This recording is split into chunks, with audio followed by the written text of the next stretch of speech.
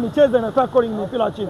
Bado mipira ya juu anaenda ananyanyuka nayo na anaruka nayo na anatoa pasi iende mbele. Kwanza anatengeneza shape, anapeleka timu mbele, lakini wakati timu inashambuliwa unamkuta nyuma. Ndio maana labda sijui ni mfumo wa mwalimu au ni maamuzi ya wachezaji kulingana na ukubwa walionao, kwamba kuna wakati unakuja kuangalia timu inavyokuwa inashambulia au timu inavyokuwa imezidiwa, unamkuta Duke Abuya pamoja na Damaro Kamara wanakuja kutengeneza umbo la namba 4 na namba 5.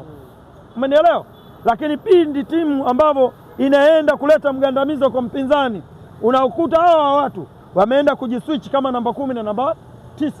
Umenielewa? Kwa ni watu ambao kwanza wanafanya kazi kubwa ndani ya club, ndani ya timu.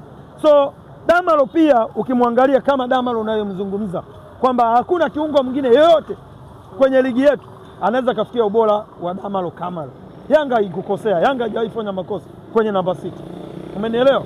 Uchebe, kwa kile ambacho Young Africans amekipata dhidi ya Farabati, pengine sasa hivi kakete zimeanza kuwa nyingi na upande wa pili wanaomba dua kuwa Young Africans hawaioni nafasi ya kuqualify kwenda robo finali.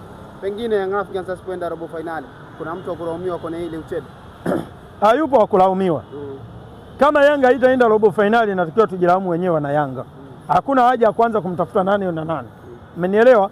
Uhalisia mpira ni mchezo wa wazi, wote wanaona. Umenielewa? Sasa hivi sisi Yanga tunaweza tukasema mistake ambayo tuliifanya ni moja tu, hii game ya juzi kuruhusu goli ugenini au kuruhusu wale jamaa wapate goli pale, ndio mistake, lakini naamini sio kosa kubwa kivile. Umenielewa? Na mimi naweza nikatumia lugha moja ya kishujaa sana.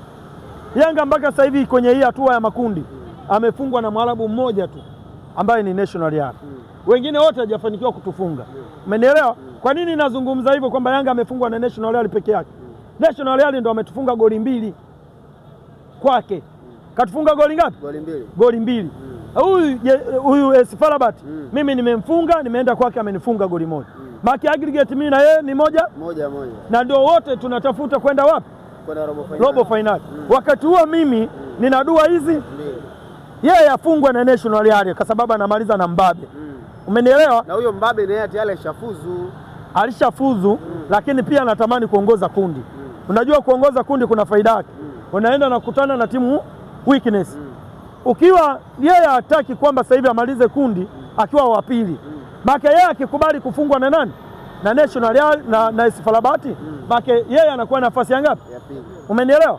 Hicho kitu kwa National Real hata kubali. Umenielewa? So kama Farabati yeye anajua nikienda kule akifungwa maka anampa nafasi Yanga kushinda magoli mengi na kwenda robo final. Kama akienda kutoa sare inampa yeye option ya kwenda robo final. Sasa mimi dua zangu ni hizi kwamba yule jamaa afungwe kuanzia goli 2. Ndio dua yako hiyo. Hiyo ya kwanza. Dua ya pili tunamleta Jesse Kabili nyumbani. Mimi nimpige kuanzia goli 3 na kuendelea. Umenielewa? Yaani nifanye miujiza mingine. Yaani hata zikiwa zimebakia dakika 5. Hata zikiwa zimebakia dakika ngapi? Dakika 5. Yanga itafanya maajabu. Cha msingi tu tuchungulie mzigo wa jirani, unasemaje? Cha msingi tuchungulie mzigo wa jirani, unasemaje? Ukishasema kule bwana ametufuriwa, hata zikiwa dakika 5 Yanga tutafanya maajabu pale Guantanamo. Lazima mtu afe. Yaani iwe jua, iwe mvua. Umenielewa? Ile bahari yaamie kwenye uwanja, lazima afanyaje? Afe. Ndio sharti letu. Kwa sisi tunachokuwa tunakifanya tarehe 15 ni kuchungulia mzigo wa jirani, unasomaje? Unavyotuelekeza ule mzigo na sisi huku ndo tunafanya maajabu. Huku mnaongeza vitu. Huku ndo dozi kwanza inakolea. Hiyo kazi anayo. Kwa hiyo mimi niwaondoe hofu. Mimi niwaambie wana Yanga tusiungane na kundi waliofeli na tusiwasikilize sana, watatukatisha tamaa. Wataiona yani tukikana watu waliofeli watazungumzia mambo ya kufeli tu. Watu gani ambao wamefeli? Wanajulikana. So wamebaki hapa kupepeta mbazi. Umenielewa? Sasa hivi wana furaha, lakini wana furaha gani? Wana furaha gani? Wana furaha sasa hivi, wana alama 2. Sikiliza. Hivi wewe kwa akili yako kila siku umezoea kula ugali nyama, wali nyama. Ugali nyama, wali. Leo maisha yanabadilika. Unakula ugali kwa mchuzi wa nyama. Kesho wali kwa mchuzi wa nyama. Unasema una furaha, unakuwa una akili timamu? Au wanajifariji tu? Ndio maana nasema unakuwa na akili timamu. inakuwa kidogo hauko sawa. Hauko sawa, umesheki tayari. Maana tayari kila mtu anaona kabisa hapa mawasiliano kati ya ubongo wa kati wa nyuma na wa mbele kuna shida. Kwa leo usiseme wale jamaa wana furaha. Furaha yao inatoka wapi? Umenielewa? Na isitoshe zile pointi mbili walizozipata, mimi niwaambieni ukweli, tuzungumze reality mpira. Wale Waarabu, yule Petro Atletico na yule Esperance de Tunis, wale jamaa Esperance yeye ndo aliamua kwamba huyu jamaa wana mgogoro, wana shida hii nyumba, na mimi leo nikitia kiberiti huyu jamaa kwa kuishi yakupo. Nini akifanye? Akasema ni balance. Wewe Mwarabu gani unaonaga nakosa penalty kwenye engo ya muhimu zaidi? Nakuuliza. Ile ilipaa ile. Ngoja, ndio maana nakwambia Mwarabu yupi ulishaiona anakosa penalty? Ndio yule Mwarabu wa kwanza. Umenielewa? Aliona kwamba wewe ile penalty, ndio maana nakwambia ilipigwa ya kimkakati kwamba ngoja huyu jamaa tusichome kibanda. Maana ingekuwa michezo minne bila point. Na ile siku kama pointi moja ilienda kumshika mwenyekiti ngumi, hebu niambie ingekuwa na 0, ule uwanja tungekuwa nao? Tungerudi tena kuchangia uwanja. Ndio tungerudi kule kuchangia nini? Uwanja. Kwa hiyo wale Esperance walitusaidia kwamba uwanja huu usiteketezwe kwa moto. Tuwape pointi ngapi? Pointi moja. Wale wameenda kwa Petro Atletico ya juzi. Petro Atletico ukiangalia alikuwa anahitaji, alimwambia kabisa, kama unakumbuka hadi wachezaji wa Simba wanafanyiwa sababu wanaingia. Petro anawaambia msio na pressure, mechi ya kwenu. Petro wanawaambia kabisa wachezaji wa Simba, msio na pressure, mechi ya kwenu. Fanyeni mnachoweza. Ila ulimuona Luemba? Ndio maana nakwambia wewe Luemba ameonekana kwenye mechi gani? Wewe Luemba ngoja kwanza kimataifa. Nawe Petro Atletico unaweza kusema unamuonyesha Luemba pale? Unasema Luemba ameonyesha kiwango? Kwani kiwango kinaonekana? No, ngoja nikwambie. Leo hii tumweke Luemba kwenye mechi ya Mtibwa. Leo hii tumweke Luemba kwenye mechi ya Mtibwa, ndio mtakuja tukatalia hapo kwamba hili ni pigo jingine ndani ya klabu. Umenielewa? Luemba huwezi kumsifu pale kwa sababu wale jamaa wameshakwambia hii mechi msio na pressure, nayo ya kwenu, fanyeni mnachotaka. Ndio maana wale jamaa walikuwa wanafika golini wanabutua, hawalikuwa wanataka kuifunga. Wewe ngoja nikwambie, ile game Petro Atletico angekuwa ameamua kung'ata meno kwamba hii mechi tunaitaka kweli kweli kiume, Simba angekula goli ngapi pale? Nyinyi wenyewe mliona. Ila Simba alionyesha ubora wake. Sio ubora gani alionyesha? Umenielewa? Yaani Petro Atletico sio kipimo cha Simba. Petro Atletico sio kipimo cha Simba. Ila Mtibwa ndio kipimo cha Simba halisi. Sio Petro Atletico. Wewe Petro Atletico wewe unasema nayo timu nayo. Kwamba unasema unashindana. Imecheza mpira yani kama hivyo haitaki chochote. Umenielewa? Ipo tu pale kukamilisha ratiba. Na inawezekana Petro akakaa katathmini. Nikienda robo finali kwa kikosi nicho nacho, naenda kuumbuka. Nini nikifanya? Ni balance tu. Umenielewa? Balance mizani. Ndio maana amempa Simba pointi ya pili. Umenielewa?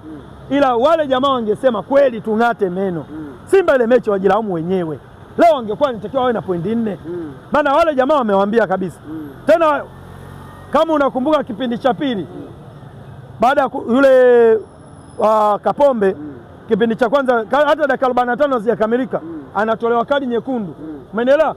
Kipindi cha pili wanarudi wale Petro Atletico wanasema kabisa tumesikitishwa sana na kitendo cha mwamuzi kumtoa Kapombe.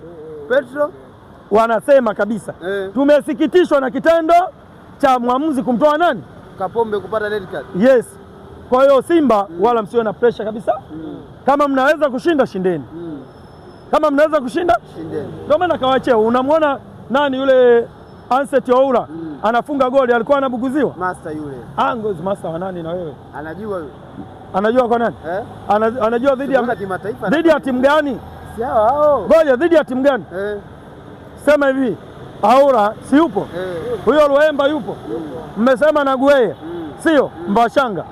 Waambieni hivi, wajiandae vizuri dabi tarehe 1 mwezi wa 3. Wajiandae vizuri dabi tarehe 1 mwezi wa 3. Ule moto unaonekana kweli.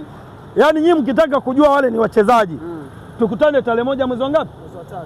Ndio utakataa, utasema kabisa jamani, haya mambo ya kuzungumza wachezaji kabla hawajacheza sio mazuri. Wacha wacheze ndio tuanze kuwazungumza. Umenielewa? Kwa hiyo nyewe ni kipimo sahihi cha wachezaji wa Simba wote. Yes. Wewe unasajiliwaje afu hujacheza na Yanga unasema umekamilika? Unasemaje una mchezaji mzuri? Wafunge midomo kwa sasa hivi. Sasa hivi watulie, wakae kimya. Umenielewa? Wasijidanganye kwamba wana wachezaji. wasubiri, mechi zipo na mechi halisi. Ligi inaanza tarehe 1 mwezi wa ngapi? Hapo ndo ligi inafanyaje? Inaanza.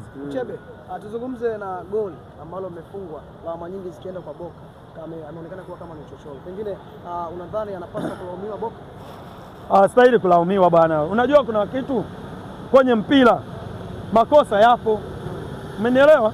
Makosa yapo. Kwa hiyo ukisema leo tuanze kumlaumu Boka, kwani ile uwanjani alikuwa anacheza Boka peke yake? Walikuwa wachezaji wengi. Kwa hiyo kama waliona Boka hafai, kwa nini wengine wasingeenda kukaba ile nafasi? Kwa ni vitu ambavyo wapi vinatokea kwenye football. Tusikae tu sehemu tunaanza kumhukumu mtu. Mpira ni mchezo wa makosa. Unapokosea ndio mwenzao anapata nafasi. Kwa hiyo ni sehemu ambayo bahati mbaya mpira ulipita eneo lake ukatokea goli. Watu wanaanza kujaji hilo tu. No, yeye angetokea pale, angeenda kufunga goli, wangesema Boka mbaya. Ndio mpira. Ndio mpira. Na sisi wana Yanga tumefundishwa hivyo. Hakuna mwana Yanga atakayekaa kusema Boka ametuchomesha. Hiyo haipo na kuwekea sawa. Hiyo haipo. Na sisi sio desturi yetu hiyo. Lakini hao ndio ambao wanachafua mitandao kwamba Boka ni mchezaji ambaye atufelisha kila siku. Wewe unasemaje hivyo kwamba hakuna mwana Yanga? Huyo atakuwa ni shabiki sio wa Yanga. Shabiki wa Yanga hawezi kuzungumza hizo habari za kwamba mchezaji fulani katufelisha. Mmenielewa? Mchagua jembe si? Kwa hiyo sisi mchezaji aliyeletwa pale ni bora. Mmenielewa? Viongozi wamefanya assessment zao, wameangalia kila kinachowezekana, wakaona huyu mchezaji anafaa kutumikia Young Africa. That's why anacheza na anapewa mechi. Kwa hiyo ukianze kusema si bora, maana unakosoa pia uongozi kwamba uongozi umefanya scouting bad. Yes. So Boka bado yupo kwenye kiwango chake bora, na yale makosa kila mtu anaweza kafanya. Hilo ni mistake ambayo imetokea, hatuwezi kumlaumu. Uchebe, ni kweli quality ya mwalimu wa Young Africans ni ndogo kuzidi wachezaji? Hapana. Wewe vipi? Leo tungekuwa kama quality ya mwalimu ni ndogo, leo Yanga tungekuwa tunazungumza na pointi 5. Sio quality ya wachezaji. Hapana, quality ya mchezaji inatokana na mwalimu. Umeelewa? Unapozungumza kwamba jembe linalima vizuri, maana wewe ndio umeliandaa, umelinoa, umeliweka kwenye mpini sahihi. Umeelewa? Kwa mwalimu ndo anaye coach timu, baki ionekane na matokeo. Kwa mimi bado mwalimu simpi credit ya kwamba ni mbovu. Hiyo never. Bado unampa nafasi. Bado nafasi tena nayo kubwa. Unaona mkatia tamaa, anasema mechi ya mwisho anaweza akifungwa anaweza kaondoka moja kwa moja. Nani hakufungwa? Huyo mwalimu sayansi afungwe. Mwalimu mkubwa huyo. Kama nimekwambia Yanga tulishafanya maajabu makubwa. Watu waandishi wa habari wenyewe wamzungumzi. Sio na nyinyi mna unafiki. Mzungumzi Yanga alishafanya maajabu makubwa kwenye mpira huu. Na leo narudieni tena kusema Yanga ndio inajua kucheza mechi za kimaamuzi. Yanga ndio inajua kucheza mechi za kimaamuzi. Unaikumbuka game dhidi ya MCL mlikosa goli moja la kwenda robo finali, mechi ya maamuzi. Aliyetuchoma yupo upande wa pili. Nani? Wewe mjui Chama kuwemo ile game? Alikuwepo. Yule ndo alienda kuharibu mfumo wa mwalimu. Mimi leo nakwambia chini ya Pedro Gonçalves. Chama alikuwa anacheza peke yake? Nani? Kama unavyosema kama kwa Boka anapomlaumu na Chama sio analaumu hivyo. Kwani huko robo finali alikuwa anacheza peke yake? Hapana. Leo amefeli makundi, alikuwa anacheza peke yake? Hapana. Kwa hiyo yeye sometime alikuwa anataka kujifanya yeye ndo anajua zaidi kuliko nani? Anaenda kutoa ushauri ambao sisi hatutaki. Umenielewa? Leo Yanga nakwambia Yanga inaenda cheza robo finali. Bado mtu anataka kutufelisha. Bado mtu anataka kutukatia tamaa. Wewe kata tamaa kimpango wako. Yanga iko robo finali, unabisha baba. Unatamani mwalimu aingie na mbinu zipi mchezo ujao ili uweze kufanya vizuri? Mimi siwezi kusema aingie na mbinu zipi. Mbinu mwalimu atakayoamua kuitumia yeye kulingana na mpinzani atakapokuwa amemsoma. Mimi hapa naweza nikazungumza kishabiki. Umenielewa? Mbinu yangu ya kiushabiki sio itakayoenda kucheza pale.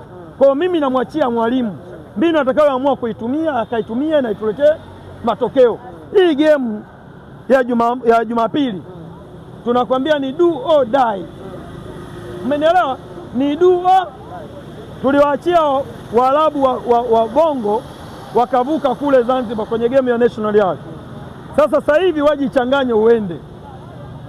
Mimi nakwambia wajichanganye ufanyaje? Kitakachokukuta tusilaumiane.